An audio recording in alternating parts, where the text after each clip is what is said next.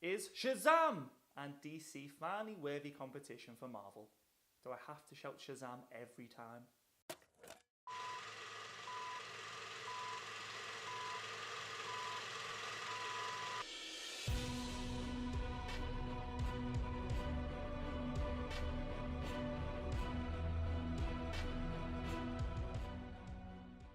When DC and Warner Brothers announced a few years back that they too would be taking all their biggest and best heroes and have them exist in the same universe, a la Marvel Cinematic Universe, many fans were excited at the prospect of Batman, Superman, Wonder Woman and many other characters fighting alongside each other on the big screen.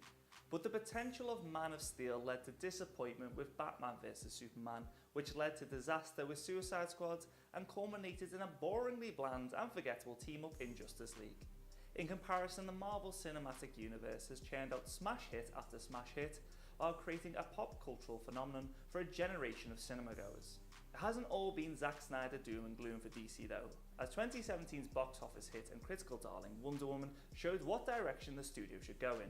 And with the bonkers, bizarre and brilliant Aquaman making a giant splash at the box office last year, it appears that DC may have finally cracked the elusive code of commercial and critical success. Now with the release of a lesser known property in Shazam, DC are finally worthy competition for the Marvel powerhouse. Arguably one of Shazam's shining positives is that in the current oversaturated superhero genre, the movie's premise is unique and different enough that it is truly like nothing we've seen before either from DC or Marvel. The basic concept of a normal young boy saying one simple word and morphing into a strong, powerful, bulletproof superhero is most kids' and even most adults' dream come true, and feels like Tom Hanks' 80s classic Big meets Superman. The idea of a young kid wanting to use his newfound adulthood to go and buy beer, take selfies with people and goof around as opposed to being brave enough to fight evil head on is a clever and fun spin on a tired and tested hero tale. The balancing act of having a child actor and established star playing the same character doesn't come without its problems though. While the humour can be a little too slapstick and hit and miss, Chuck and ex-Marvel alumni Zachary Levi's performance is infectiously fun, and Levi's passion for his newfound leading man role is evident. In contrast though, young actor Asher Angel, who plays Shazam's younger alter ego, foster child Billy Batson, doesn't have the same charisma or enthusiasm for the role, to the point that Billy and Shazam don't feel like two halves of the same coin, but instead two completely different characters, which feels incredibly jarring throughout the entire movie. Speaking of jarring, I also found it peculiar that this April release is set at Christmas. Seeing snow and twinkling lights is a strange thing to see right at the beginning of the summer season. However, it does give another string to the movie's bow. As though we've had other festive superhero movies, such as Shane Black's Iron Man 3 being set at Christmas, it never truly felt like it went all in on its Christmas theme. Shazam wears its winter seasonal look on its sleeve and may find its way into some people's end of year Christmas watchlist for years to come. The holiday setting was most likely chosen to help emphasise the movie's prominent theme of the importance of home and family. Now this may speak more so to my cynicism, but this is a theme that comes across as far too sickly sweet and sentimental to the point that you can almost taste the sickly sentimentality coming off the screen. The narrative arc of Billy's early years doesn't entirely make sense on the whole, and Ash's lackluster performance doesn't convey the heart-wrenching family drama the movie is going for.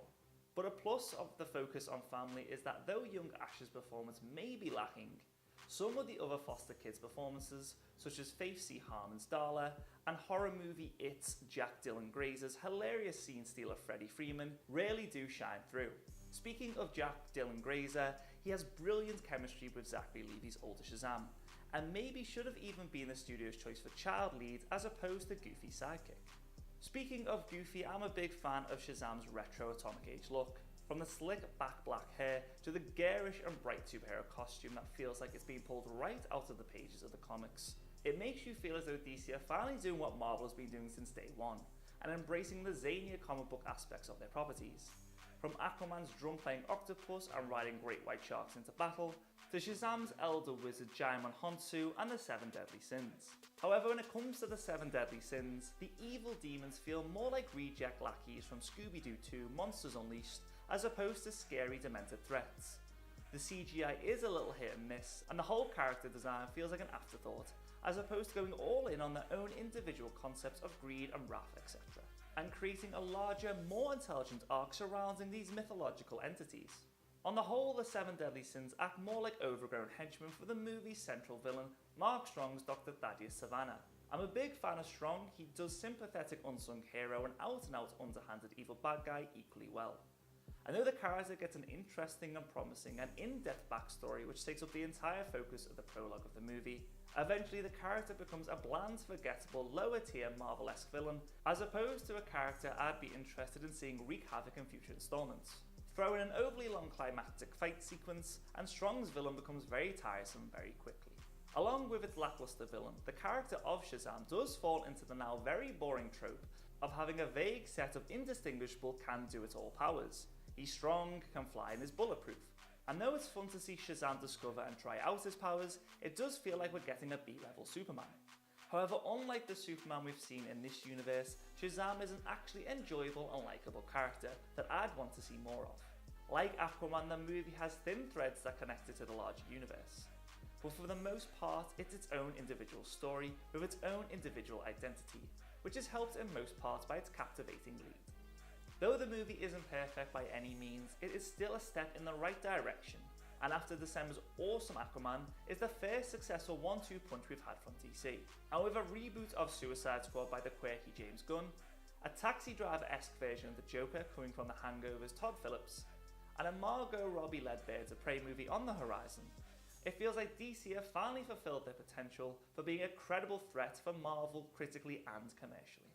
All in all, I enjoyed Shazam, regardless of its flaws, and I would very happily watch Levy put on the padded suit for another installment. But overall, this feels like your typical origin story that has to be told in order for the franchise to tell a story it really wants to bring to life. That of a lovable Shazam potentially facing up against Dwayne, the biggest star on the planet Johnson's Black Adam. Therefore, I give Shazam 3.5 out of 5 rookie reels.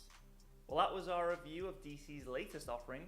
Tell us what you thought in the comments below, and as always, make sure to like, share and subscribe for more movie ramblings. Until next time, thanks for watching, and bye now. Liked what you saw and have an interest for travel and adventure? Check out our other YouTube channel, Roman Rookies, as we travel across 14 countries in an 11-month whirlwind of fun and excitement. Just click here or the link in the description below. Thanks for watching.